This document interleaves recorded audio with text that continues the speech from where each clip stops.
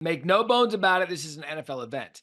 But this is also a college football sponsored event Yeah. because the NFL people, candidly, are learning about the college players. And Matt, as you know, sometimes there's a separation of worlds.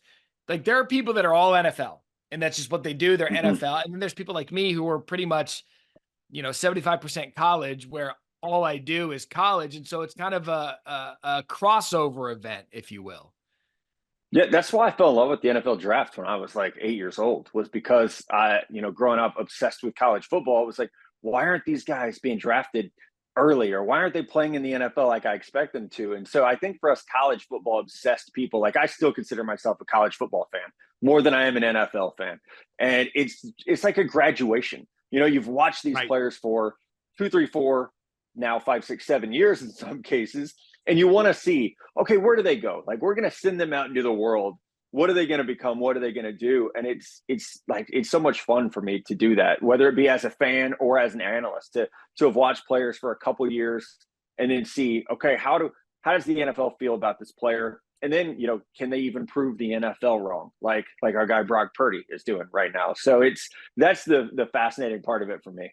Yeah, and you kind of dove into a topic there, and we'll get into that here in a minute with some of the guys we saw at the Senior Bowl, but Brock Purdy's a great example of it. Basically, what the San Francisco 49ers were saying when they took him as Mr. Irrelevant, final pick of the draft. By the way, he's only been in the league for 2 years. Basically, what San Francisco was saying, Matt, and you know this, is like, you know what? What the hell? We're going to take a flyer on Brock Purdy. Brock Purdy was essentially a flyer pick because he had a little piss and vinegar in him coming out of college, played a lot of college football. And now in his second year, he's got the San Francisco 49ers in a Super Bowl. Yeah, and I live in Big 12 country. Brock Purdy was not a guy you worried about every Saturday. If your team was playing Iowa State, you weren't like, man, we better watch out for that quarterback. He's got some juice. He was accurate, smart, poised, super tough, and that works really well. But you're right. I mean, don't let anyone lie to you. Pick 262. They were not expecting Brock Purdy to even make the team at that point. You've got Trey Lance and Jimmy Garoppolo, and you're like, yeah, we need an extra arm in training camp, and here we go. But he's certainly turned it into a huge opportunity. Okay, so I'm going to use that as a jumping off point because, as you know better than anyone, drafting is an inexact science.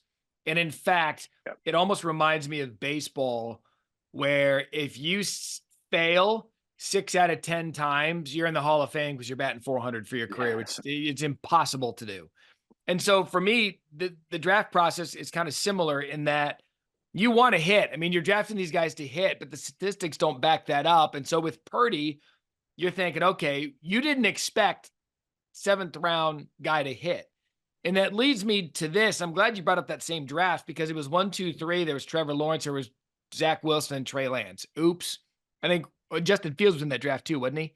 Yeah, as well as Mac Jones. We had 5 quarterbacks in the top 15. Okay, and there you go. And in your first mock draft, you've got 5 quarterbacks in the first round, so it's a good jumping off point because the 1, 2, 3 in that draft, you're like, oh, okay, well, one of them is hit.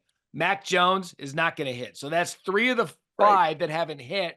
And I put kind of an asterisk half on Justin Fields. So 1.5 to this point have hit. In your first mock draft that you released for ESPN.com, you've got Caleb Williams, 1 to the Bears, Drake Maye, 2 to the Commanders, Jayden Daniels, 3 to the Patriots, and then Bo Nix, 12th to the Broncos, JJ McCarthy, 13th to the Raiders. Those are your 5 first-round quarterbacks. The top 3 to me are intriguing because based on history, someone's not going to hit. Right. Maybe, I mean, one might, none might, is the sad reality of it. And, we can go back to the Patrick Mahomes draft. The Bears take Mitchell Trubisky at 2. That didn't work out, and Deshaun Watson in Houston. I would say those results that he gave you in Houston, the fact that he's on another team now says that pick didn't work out. So it is the reality of it. I do think that this year's quarterback group, they're all uniquely situated to do very well. We talk so much about environment and situation and how much it matters. Mahomes, Purdy are great examples of that. Situation matters so much for them. And I do think, for Caleb Williams, if he goes first to Chicago, you've got a good offensive line. You've got a number 1 receiver, DJ Moore. You got a good tight end in Cole Kmet. But it's so much about the coaching staff. And for all the buzz about Cliff Kingsbury going to the Commanders, Cliff Kingsbury has yet to develop a quarterback in the NFL. Cliff Kingsbury is still cashing some checks off having Baker Mayfield and Patrick Mahomes at Texas Tech. So, and then 3 with New England, who knows, right? Who knows what that's going to look like, because it's a completely different regime, even though it's a lot of the same faces. So I think with these quarterbacks, none of them are walking into a great, kind of environment to thrive, but they're also good at the, creative second effort type things where, hey, you're going to kind of have to run around and make some plays.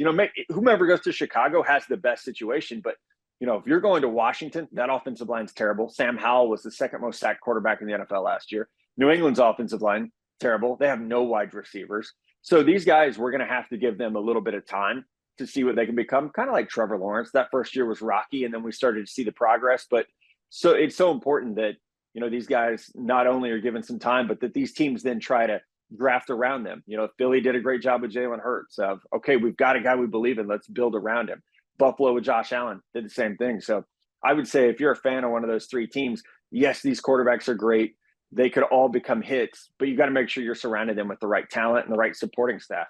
See, here's where I think the Caleb Williams, USC, Lincoln Riley, Cliff Kingsbury thing becomes interesting, because depending on who you talk to, he's a generational talent, or he got away with a lot in college that he wouldn't be able to get away with in the NFL.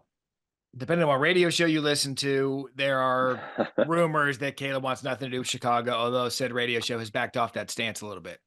But with Caleb, the fit to me is something that I believe the NFL gets wrong all of the time. They get fit wrong all of the time. And you kept your head coach and Matt Eberflus in Chicago. Justin Fields showed flashes. To me, the Bears aren't a lock to stay at 1 to draft Caleb. And that's where the Cliff Kingsbury thing comes in with fit in the NFL.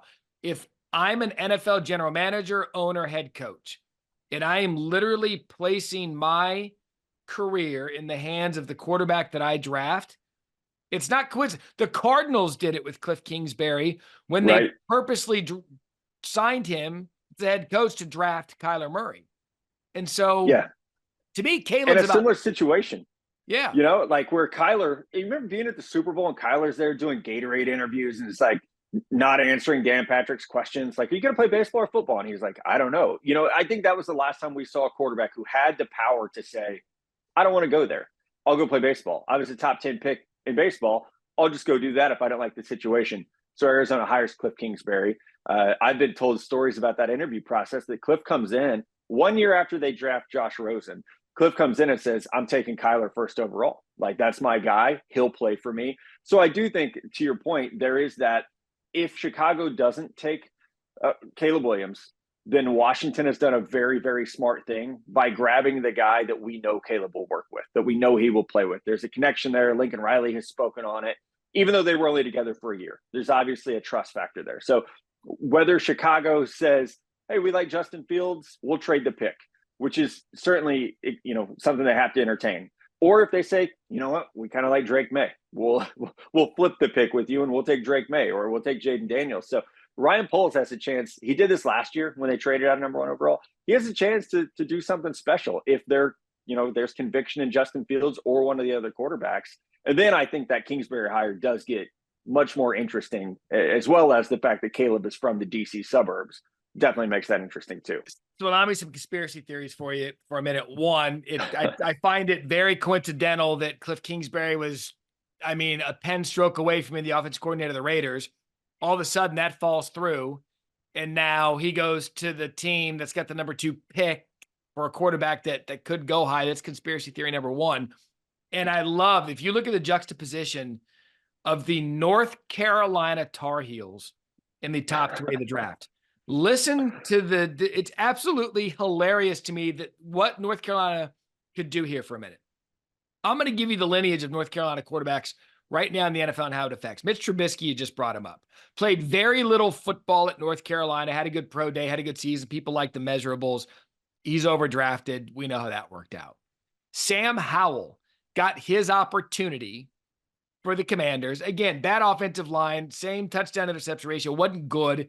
It appears they're ready to move on from him. So you're telling me the Bears with the number 1 overall pick Drake Maye.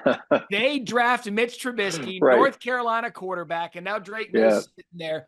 And then Drake Maye, North Carolina, sitting there with Sam Howell, a guy who he replaced at North Carolina, is Right. sitting there. I never thought there'd be the 3 degrees of separation North Carolina quarterbacks in this upcoming draft. Give me something I can feel. Light a cigarette.